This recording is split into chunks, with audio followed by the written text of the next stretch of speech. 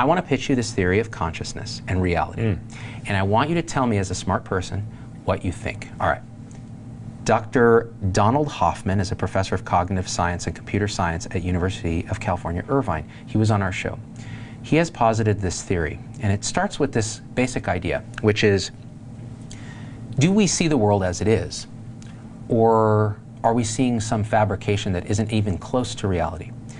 And he actually was able to look at this evolutionarily. He studies visual perception and how people actually perceive stuff. And what he determined through lots of different studies and also different approaches in different fields was that organisms that see reality as it actually is go extinct.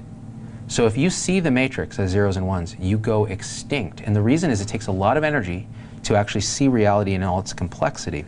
And so the second proposition is, well, then maybe we just see part of reality, but it's still real, it's just not all of reality. And that's what most visual scientists propose. What he proposes is, based on his cognitive models and his computer models and his simulations, is that organisms that see any aspect of reality as it is go extinct in just a few generations. Whereas organisms that see reality as a fitness icon designed to help them reproduce thrive. So in other words, there is no bottle of water here as such. There's no water, there's no atoms, there's no paper, there's none of that. This is a graphical user interface that I as a human have evolved to see to help me survive. I see something wet that I know that if I drink it, I will not die. And so we have this shorthand hack in how we see the world. And over and over, he gives examples of insects who will go extinct having sex with a beer bottle because it's perfectly hacked their interface to look like a female insect. And these male insects in Australia, these beetles, will have sex with this bottle to the exclusion of beautiful females nearby because it is so perfect. This has been hacked in advertising with humans to make things look hyper appealing. Any McDonald's ad where they're opening the burger and you see the juicy cheese and all that. By the way, the vegans hate us, don't they? And all that's designed to hack our interface. And his theory is the interface theory of perception, that every species sees reality through a series of evolved hacks that allow us to reproduce. And so here's the punchline of that. What is reality? Is there a reality?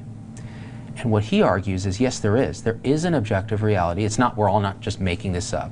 Our visual cortex isn't just constructing it. It's not something where, and he's looked at, the number of neurons in the visual cortex is way more than it takes to reconstruct an image, but just enough to construct an image. So we are constructing the world second to second in our minds every day. But the question is, based on what? And if you look, he then digs into quantum mechanics, and I read his manuscript of the book that he hasn't released yet.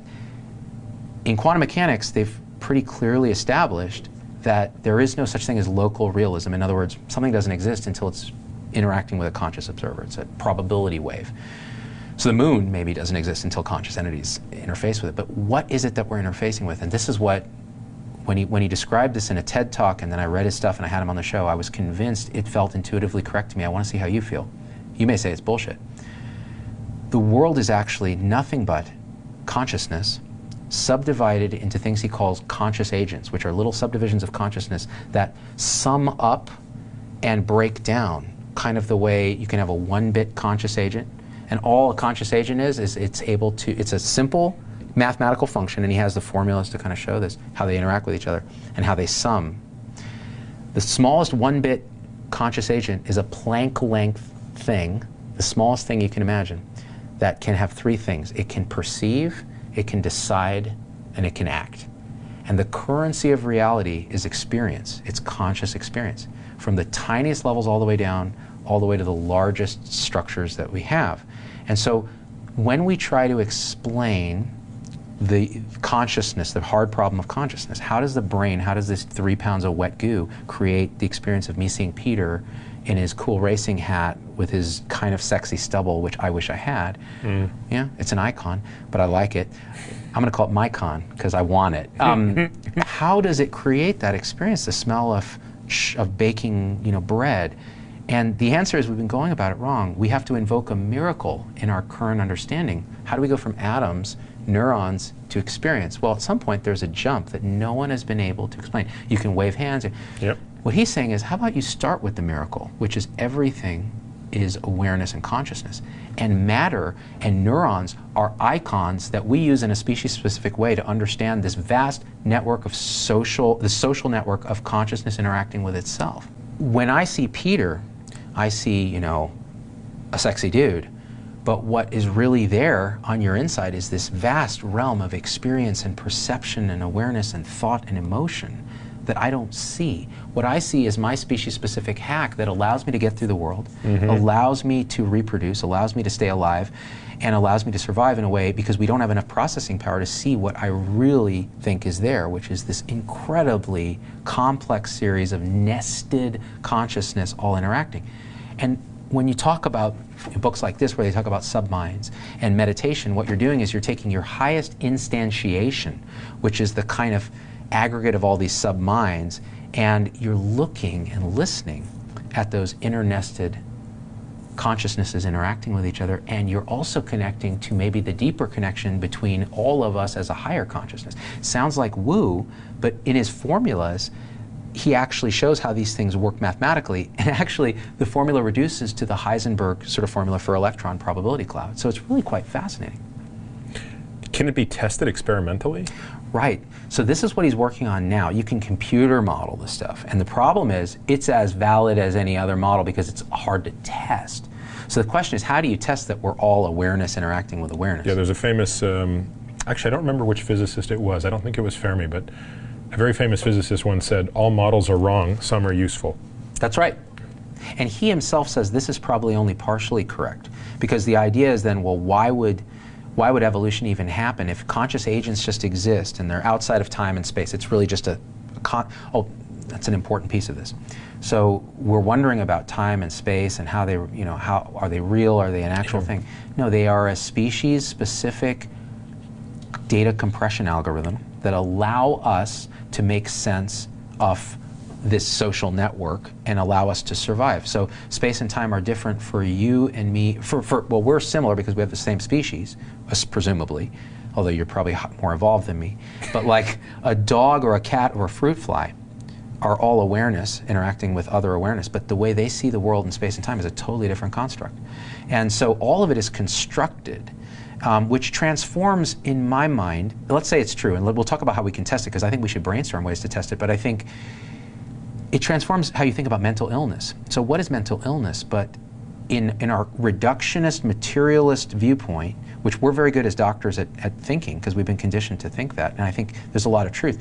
The way we do medicine now is we are really good at moving the icons around on the desktop. We know that a serotonin icon, when put into a human icon's bloodstream, does something to a subjective description of experience from that human subject in terms of depression. But what is really happening? We're like monkeys moving these icons around, but what's the transistors and the electrons that actually make it up? If the serotonin molecule is really a conscious agent that's the sum of little conscious agents, and it's interacting with our conscious agent, that shifts how we think about how these medicines work, how the mind-body connection actually What if that's not correct? What if the serotonin agent doesn't have the ability to perceive? So if serotonin is actually electrons, if electrons are materially real. Yeah, what if serotonin is simply nothing more than atoms, electrons, you know, atoms with all of its constituent elements, right? Electrons, protons, neutrons. So if that's true, then it negates the entire model because it says something is materially real. This model says there is nothing real beyond awareness itself, and it creates reality on icons that allow it to evolve. And now this is difficult stuff to grasp as scientists, which both of us are.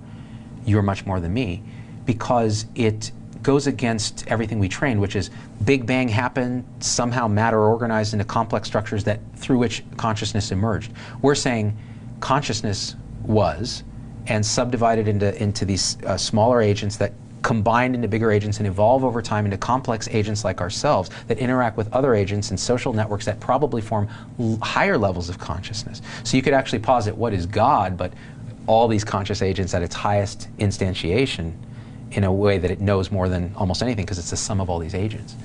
Now how do you test it? So if serotonin is a molecule, then yes, our reductionist approach is right and we should continue to hammer at it. If it's wrong, we should still hammer at the reductionist approach because we're moving icons. So as Hoffman says, he says, Just because the desktop trash icon on my computer desktop isn't literally a trash icon, and I'm not dragging real documents into it, that doesn't mean I drag my life's work into it and hit delete. Just because I don't take it literally doesn't mean I don't take it seriously. So yeah, we take our icons seriously. We should know all about them, but we're going to hit a wall. And I think we're getting there in our understanding. Because until we understand what is the fundamental nature of reality, we're not going to be able to manipulate it in a way that reduces suffering, which I think is what we're trying to do, right? When you talk about health span, you're talking about the longest possible life with the most enjoyment or happiness or fulfillment or whatever their individual's goal is, and to me that's like a lack of suffering. No one wants to live to suffer unless you're a BDSM, bondage person. And even that's not suffering because it's actually pleasure for them. So suffering is a mental construct. Pain is eternal. Suffering is optional because it's how we frame it. What do you think? I don't know. It's hard for me to actually internalize that because, letting go of subatomic structures as sort of not being real is, that would just require a lot more understanding on my part. Let me say this. Subatomic structures are absolutely real as icons. So in other words, they mean something. They're an image of something. I think trying to imagine that they have their own state of consciousness is it's not hard even for me to understand. It's not even that. So okay, let me dig into that a little bit because this is something that I have to think about a lot. That's a dualist belief. So in other words, the subatomic structure, electron, is an electron with some awareness. That's a belief called dualism. It means that there is matter and there's consciousness and they're related. What Hoffman's saying, what I think I intuit from this is, and I could absolutely be wrong, and people get violently disagreeable to this idea, there's no electron at all. Electron is a conscious agent that we see as electron through our species-specific interface. It's how we've evolved to see the world. We see it as, and we don't ever see electrons. We use equipment to intuit them. But then how would we explain physical experiments that have independently validated the same construct? Meaning? So for example, when Newton came along, he was the first to define a set of physical laws. And they held pretty well until the early part of the 20th century, when at one layer below the Newtonian understanding, there was a new layer of physical laws that had to be described. Many of these laws have been independently validated. And I would think that if it was all a hack, meaning if we were all creating our own construct, our own icons, it strikes me as improbable that we would be converging on the same descriptions, the same experimental identifications. This is a great way to think about it, and here's how I would think about that. We have our hack, but it's based on reality, and reality is these conscious agents exchanging experience with each other. We see it as the laws of physics. We see it as an electron binding to this and this chemical reaction happening, and of course it will be validated because it's actually happening in the sense that these agents are behaving relationally to each other in predictable, precise ways that we can measure and science can quantify. It's just a question of, are they actually... But wait, but why would the electrons, the protons, behave in a predictable way when you and I can't behave in a predictable way? Because we don't behave predictably, Peter, because we are complex instantiations of multiple conscious agents that emerge a very high level of consciousness. So part of the reason you have these voices that are telling you you're an asshole, and I have them, is that we have that are unconscious to us, agents that are making decisions in the background that are feeding it up to our higher instantiation. It's very unpredictable, it's a complex system. The simplest systems, in other words, 1-bit, 2-bit, 12-bit, 100-bit conscious agents, behave predictably because they have 3 actions: perceive, decide, act. It might be that the 1-bit conscious agent can only have 2 perceptions, 2 actions, and so it sums up scientifically and mathematically as absolute predictability. But wait a second, if you collapse that to 1 and 1, you could have a reductionist world. If you had no choice, if all of the subparticles had no choice, right, wouldn't that, it would become a semantic game? Well, if none of the particles had a choice... Meaning you always knew how they were going to behave. Right. Well, then it's the same as being materialist. It's saying they have no consciousness. So that's right. The definition of this is they have choice. And here's something that's even more interesting. Yeah, which again, I just can't... So probabilistically, that just strikes me as impossible. Yeah. Right? Because you couldn't have the order that we have in the universe if there was any choice to be made at that level. That's just, again, I'm saying this as a guy who's bullshitting because he's hearing about this for the first time, but that's my sort of initial reaction is I don't understand how you could preserve any order in the universe if there was any choice to be made in that regard. Yeah, so what's interesting is when you look at actual quantum mechanics, there is uncertainty at the quantum level. There is uncertainty. But there is a predictable uncertainty. Yeah, but exactly, it's defined by a probability function. Right. But it collapses to something that's known once it's observed. Correct. So what is observation but two conscious agents interacting and exchanging experience that then allows this particular conscious agent to settle into a particular choice? So to me, it's not exclusive of that having choice at the smallest levels. Now again, this is the simplest of choices. Yeah, exactly. And one thing you said was interesting to me because I struggle with this, which was, how can, if we all see things differently as a hack, how can there be reality? How can there be objective, predictable, scientifically valid reality? Well, look at it this way. So you have, he gives the example, which I think is very powerful, of synesthetes. So people who have synesthesia, which is they experience the world very differently. They smell colors or they hear sounds. Sorry, no, of course you hear sounds, that's normal. You hear sights and you see colors when you hear sounds. And he gives examples of a guy who anytime he tastes mint, in his hand he feels a basket of ivy.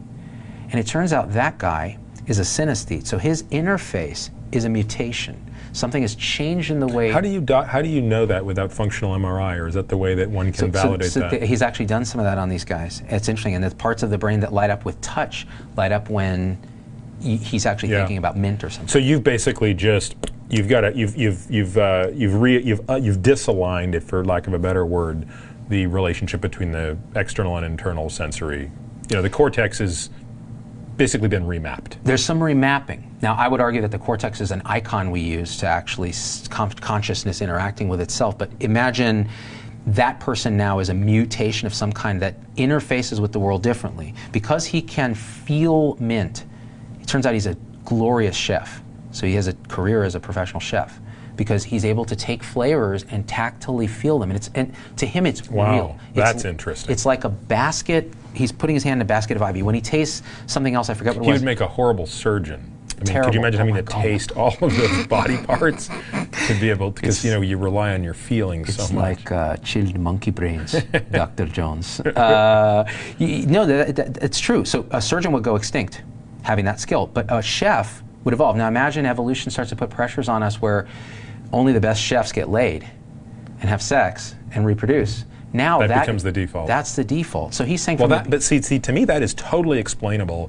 through Darwinian biology. Right. That is completely understandable. So Darwin is essential for this theory as well. You have to, in fact, the core universal principles of Darwinism have nothing to do with DNA and molecules. They have to do with, is something heritable? Is there evolutionary pressure on it?